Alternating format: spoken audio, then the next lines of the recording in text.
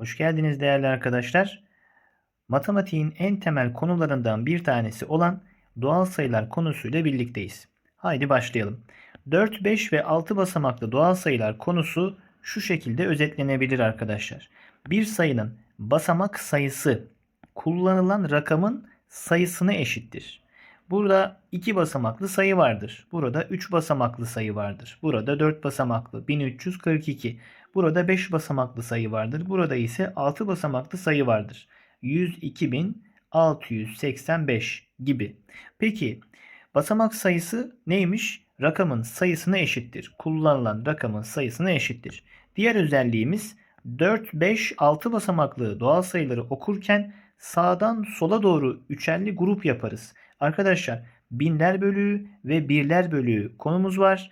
Belki az sonra yine karşımıza gelecek. Gruptaki sayıyı okuduktan sonra 1000 deriz. Gruptaki sayıyı okuduktan sonra 1000 deriz. Daha sonra sağ gruptaki sayıyı okuruz. Tıpkı şu şekilde 123.456 yani 3 basamaktan sonraki basamaklı sayıları okurken araya 1000 koyuyoruz. 4 rakamdan oluşan doğal sayılara ise 4 basamaklı doğal sayılar denir.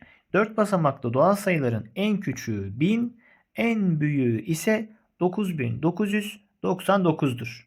Peki örneklere bakalım arkadaşlar. Bakınız 3 basamaklı sayılardan fazla olan kısım nasıl okunuyor? Araya 1000 gelerek okunuyor. 9855, 3879 bu şekilde ifade ediyoruz. 5 rakamdan oluşan doğal sayılara 5 basamaklı doğal sayılar denir. Ve 5 basamaklı doğal sayıların en küçüğü, arkadaşlar en küçüğü ve en büyüğü konularına dikkat edelim. Çünkü sorularda mutlaka karşınıza gelecek. 10.000 en küçük 5 basamaklı sayıdır. En büyüğü ise 99.999. Bakınız bunları okurken de araya 1000 koyuyoruz. 10.000 en büyüğü ise 99.999. Peki örnekleri yine inceleyelim. 10.997 3 basamaklı ifadeden büyük olan kısma 1000 ekliyoruz arkadaşlar. Bakınız 63.200. Yine burada 3 basamaklı doğal sayılardan fazla olan kısma 1000 ekledim. 63.200. Çok güzel, harikayız, harikayız. 6 rakamdan oluşan doğal sayılara da 6 basamaklı doğal sayılar denir. 6 basamaklı doğal sayıların en küçüğü 100.000, en büyüğü ise 999.999'dur. Bazı sorularda karşımıza şöyle ifadeler gelecek arkadaşlar. Bize diyecek ki soruda rakamları birbirinden farklı en küçük doğal sayı 6 basamaklı doğal sayı ile rakamları birbirinden farklı en büyük 6 basamaklı doğal sayıların toplamı veya en büyük 5 basamaklı doğal sayının çıkartması farkı. Bunu isteyebilir sorularda. O yüzden bu ifadeler önem arz ediyor bize arkadaşlar. Peki örneklere bakalım. 199.294, 505.123. Bu şekilde de örneklerimizi okumuş olduk. Dediğim gibi arkadaşlar en küçük ve en büyük ifadelerine dikkat etmeliyiz. Karşımıza mutlaka çıkacak bu ifadeler. Sorularda dikkatli çözmemiz gerekiyor. Bu örneklerin okunuşlarını birlikte inceleyelim arkadaşlar. Bakın 3 basamaklı doğal sayılardan büyüğü neydi? 1000 olarak ortaya koyuyorduk. Önce bunları bir inceleyelim. 72.575. Bakınız 902.317. Burasını da siz söyleyin arkadaşlar. 3000 güzel. 3750. Harikasınız. 750. Çok güzel. 96.840 değil mi? Çok güzel. 96.000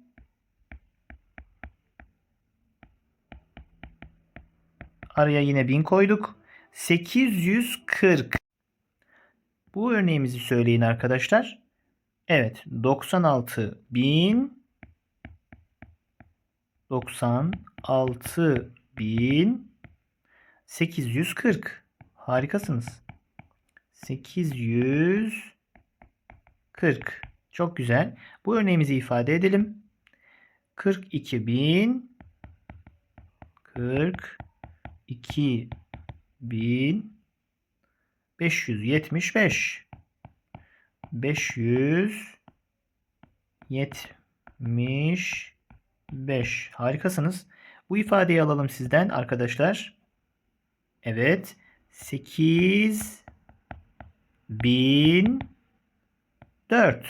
Çok iyi. Bakın sayıları iki gruba ayırdık. Bu grupta 4 var. Sıfırları okumuyoruz. Bu grupta ise sol grupta ise 8 var. Araya da 1000 koyuyorduk. 8004. Bu ifadeyi alalım. 55.000 55.000 söyleyin sağdaki grubu 100. Harika. Çok iyisiniz arkadaşlar. Tebrik ediyorum. Devam edelim şimdi. Okunuşları verilen sayıları ise şimdi de rakamlarla ifade edelim arkadaşlar. Bakın şuradaki ortada bulunan binleri şöyle bir ne yapalım? İşaretleyelim. Bakın aralardaki bin kelimelerini, ifadeleri ne yaptım? İşaretledim. Şimdi bu bin kelimesinin sol tarafındaki sayıyı okuyup yazmamız lazım. 502. Bakınız 502. 1000 arada 1000 var. Noktaya koyduk. 317. 317. Demek ki 6 basamaklı bir sayı. Güzel. Bakın 1000 kelimesinin solunda 3 var. Yazdım 3'ü. 3000 noktamı koydum. 3750. 750. Harikasınız. Bakınız 1000'den önceki ifade 37. 37. 1000 noktamı koydum. 5. 37.005 dediği için arkadaşlar bakınız bu sağ taraftaki ifade 3 basamaklı oldu. 37.005. Çünkü noktadan sonra yani 1000'den önceki ifade 2 basamaklı ise sağdaki ifade 3 basamaklıdır. Ne demiştik dersin başlarında? 3 basamaklı ifadeden büyük olanlara 1000 ifadesi geliyordu. Demek ki bu ifade 1000 dediğine göre bu 37.005 ise bu 3 basamaklı olması için başlara 0 koymalıyım. Onlar ve yüzler basamağı 0 olmalı. Çok iyi.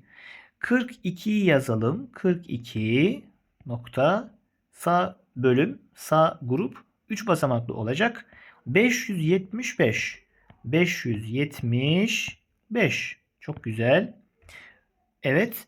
96.840 840 basamaklı bir sayı. 23.728 728 bu da 3 basamaklı ifade oldu. Şuraya çok dikkat edeceğiz. Bir daha söyleyelim. En az şöyle 3 basamaklı ifadeden sonra noktayı koyuyoruz. 1000 kelimesi geliyor ve binler basamağı başlamış oluyor. O yüzden şuradaki ifadede onlar ve yüzler basamağına 0 koymak zorunda kaldık. Çünkü sağ grup sadece 5. Peki çok güzel. Buradaki sayıları ve okunuşlarını yazalım. Birler basamağı bakın bu 6 basamaklı bir sayı. Şöyle yapalım. 1, 2, 3, 4, 5, 6. Bu ifade de 6 basamaklı. 1, 2, 3, 4, 5, 6. Şöyle bakalım. 100 binler basamağı, 10 binler basamağı, binler basamağı, yüzler, onlar, birler. Birlerden yazalım. 4 boncuk var. 1, 2, 3, 4, 5, 6, 7 boncuk var. 74 oldu. Yüzler basamağı 2, 274 oldu. Binler basamağında boncuk yok. O halde 0 yazmalıyım. 10 binler basamağında 1, 2, 3 boncuk var. 100 binler basamağında 1, 2, 3, 4, 5 boncuk var. O halde sayımız 530.274 oldu. 530.274. Çok güzel. Sağdaki ifademize bakalım. Bu da 6 basamaklı bir sayı. Birler basamağında bakın herhangi bir boncuk yok. O zaman 0 yazmalıyım. Onlar basamağında 1, 2, 3, 4. 4 yazdık. Yüzler basamağında 3 boncuk var. Binler basamağında 1, 2, 3 boncuk var. 10 binler basamağında 1, 2, 3, 4, 5 boncuk var. Yüz binler basamağında 1, 2, 3 boncuk var. Ve sayımız 6 basamaklı bir sayı oldu. 353.340. Bunu da yazalım. 353.000, şöyle yapalım karışmasın. 340. Harikasınız. Tebrik ediyorum arkadaşlar. Peki 4 basamaklı sayılarda yüzer, biner, ritmik sayma nasıl oluyor? Bunları inceleyelim. Sayı aralıklarını değiştirmeden belirli bir kurala göre ileriye veya geriye doğru saymaya ritmik sayma denir arkadaşlar. Sayı aralıklarını değiştirmeden belirli bir kurala göre aralıkları değiştirmeyeceğiz. İleriye veya geriye doğru saymaya ritmik sayma denir. Bakınız ileriye doğru yüzer ritmik sayma. Her saymada sayı 100 artar. Bu aslında arkadaşlar bir yönerge. Yani biz sayıları neye göre ilerleyeceğiz, neye göre geri ifade edeceğiz? Bu bir yönerge aslında. İleriye doğru yüzer ritmik sayma yapalım demek istiyor bize. Burada 1200'den başlamış. Bakınız yüzer devam etmiş. Yüzler basamağı hangisiydi? Birler, onlar, yüzler. Şu ifadeydi. Her basamak ilerleyişimizde bir arkadaşlar artıyor. Yüzler basamağı 1 artıyor. Yani 100 artmış oluyor. 1300, 1400, 1500, 1600, 1700, 1800. Bu şekilde geriye doğru ifadelere bakalım arkadaşlar. Burada da yine yüzer demiş. Yönergemiz bu şekilde. O zaman her saymada sayı 100 azalıyor. 5923. Buradan yüzler basamağından 1 azaltacağız. Çünkü bir tane 100 azaltmamı istemiş. Yüzler basamağındaki ifadeyi, rakamı bir azaltacağım. 5923, 5823, 5723, 5623, 5523, 5423, 5323 şeklinde yüzer geriye doğru yazdık arkadaşlar. İleriye doğru biner ritmik sayma. Buradaki yönergemiz neymiş? Biner ileriye doğru saymamızı istemiş. Her saymada sayı 1000 artıyor. Arkadaşlar basamak binler basamağı. Bakın binler basamağı bir artacak. Çünkü biner arttırmamı istemiş. 4067. Bakın binler basamağı 1000 artacağı için bir tane arttırıyoruz. Buradaki basamağı bir arttırıyoruz. 5067, 6067 ve bu şekilde ifade etmiş örneğimiz. Bakalım şimdi geriye doğru biner sayalım arkadaşlar. Her saymada sayı 1000 azalır.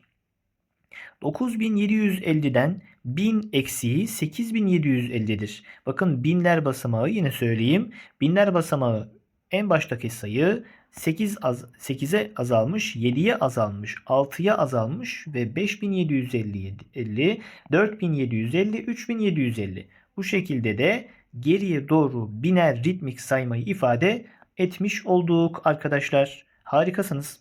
Peki ileriye doğru yüzer ve biner ritmik sayma yaparken verilen sayılardan önce ve sonra söylediğimiz sayıları yazalım. Buradaki örneğimizi inceleyerek konumuzu tamamlamış olacağız arkadaşlar. Peki 4678'in önceki yüzlüğü nedir? Yani önceki 100 eksiği 4578. Sonraki 100 fazlası oluyor. Çünkü sonra diyoruz. Burada artar. Burada azalır. 4678 100 fazlası. Burada 100 demiş yönergemizde. 4778. 3100'ün 100 eksiği 3000'dir. 3100'ün 100 fazlası ileriye doğru gidersek 3200'dür. Çok güzel. 7744'ün 100 eksiği 7644. Bakınız birler, onlar, yüzler basamağını bir azalttım aslında. Bir de arttırırsak 7844 oldu. Süper. Şimdi burada da biner biner azaltıp biner biner arttırmamızı istemiş.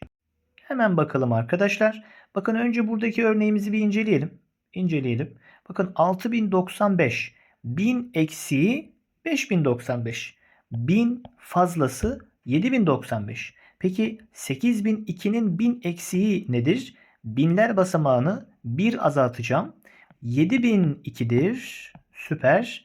Peki 8002'nin 1000 fazlası nedir?